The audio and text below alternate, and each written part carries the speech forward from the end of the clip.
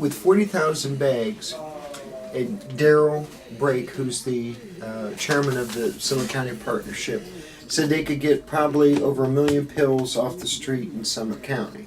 What this does is you tear this open, put the pills in here, put some water in here, shake it up a little bit, it seals, and pretty much that's all you have to do with that.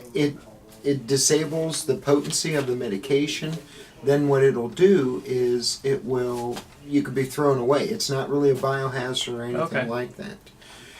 We thought it would reach a lot of people. Barberton has a big senior population, and we talked about getting them into the senior high-rises.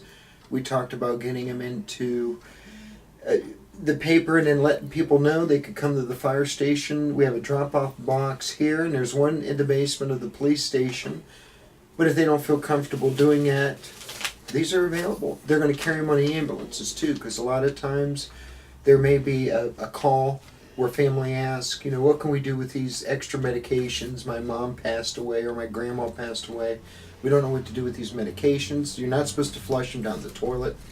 Yeah. So at this point, this is a super option, because a lot of those medications, the opiates are just not always heroin. There's 50 different types of opiates that are described, and this is a good thing to dispose of safely, environmentally safe, and very easy to use. They don't even have to leave the house. Great. Okay. So it'll dissolve or disable any type of prescription medication, whatever you put in there. Aspirins. You have old aspirins. You have any type of opiates. You have any type of liquids. I think it's going to be pretty big. I mean, it at least takes a swipe from the prescription abuse, because that's a big thing too. People always think you're shooting up with heroin. No, it's like I said, it could be any type of the painkillers, and this really, really helps. Yeah, and Norton City Council they had issued a packet and from the health department a report that said 4 out of 5 heroin addicts started with prescription opiates. So. And I still stress that the Summit County website, they have a link just for the ADM board, which oversees the Opiate Task Force. And as you well know, it's a all volunteer organization, and it's really grown. I mean, Chief got me involved almost a year and a half, 2 years ago, because Chief Morber was part of it, and now it's grown from about 30 or 40 members that used to come to over 300. This last one was standing room only. So there's a lot of, buy-in to it. We're looking for funding, and we're looking for a way to really attack it county-wide. Okay, and these bags, they just were introduced recently, right?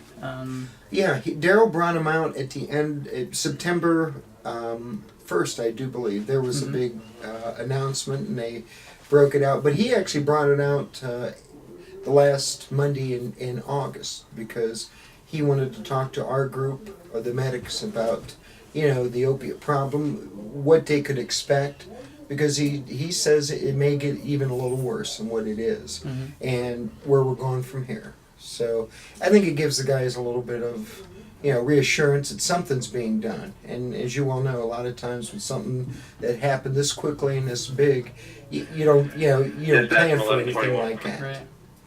Okay, and where they can get them at Acme pharmacies for free? Is that correct? Acme was a big partner in it too. We're at City Hospital. They went and they're able to pass it out at the pharmacies. And they were a big part of it. And like I said, I think the big thing to stress is this company donated them, and they recognize, as a pharmaceutical company, they're taking ownership of the problem.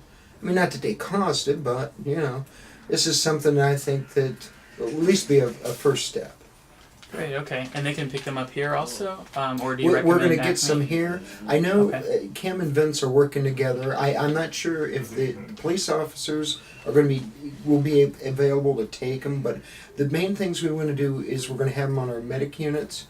We're going to try to get them into the high-rise this next month, because we're getting close to fire prevention season here, because usually October we're talking fire prevention and that. So the public education guys are going to get out to the high rises, because we do not only kid pub ed, we do it for for everybody, the older adults especially. So it's happening at a good time for us. Okay.